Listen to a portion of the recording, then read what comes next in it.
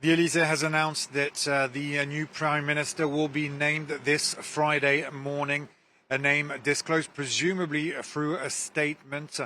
It was expected for the name to be announced earlier, but it seems that President Macron needs more time, possibly to consult those involved, possibly to speak one last time with the person he will be naming next Prime Minister of France. Still two strong contenders. First, Bernard Cazeneuve, a former Socialist Party member, especially a former Prime Minister under President Hollande, and he knows well Emmanuel Macron because Emmanuel Macron was at the time working with François Hollande, the Socialist President.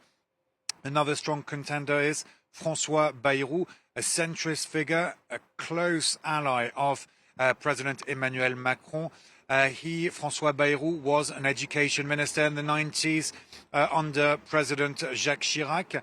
François Bayrou, a strong contender, centrist figure, and that would not be a surprise if Emmanuel Macron chose him, but it would be sending the signal that he wants very much the next government to be a centrist one. And of course, President Macron heads this centrist bloc, or at least it's his allies.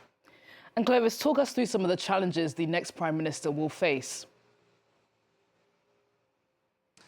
Well, the problem is for President Macron to find a Prime Minister who will get some kind of majority at the National Assembly, because that's what Michel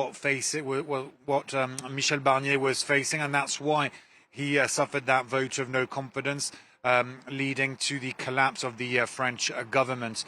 The next Prime Minister needs to get some kind of majority in order to pass a budget, to pass any kind of bill. The problem is, since the last snap elections, no single party holds an outright majority, and that's why there's a need for coalition building or getting some kind of compromise and initiate a dialogue between political parties. It's proving extremely difficult with the far right on the one hand, that has many MPs in Parliament, and that has, in a way, the fate of the government in its hands, unless some coalition is built, notably around the left wing, which has a lot of MPs, and that can help keep a government stable and also a Prime Minister, of course. Clovis, thanks so much for bringing us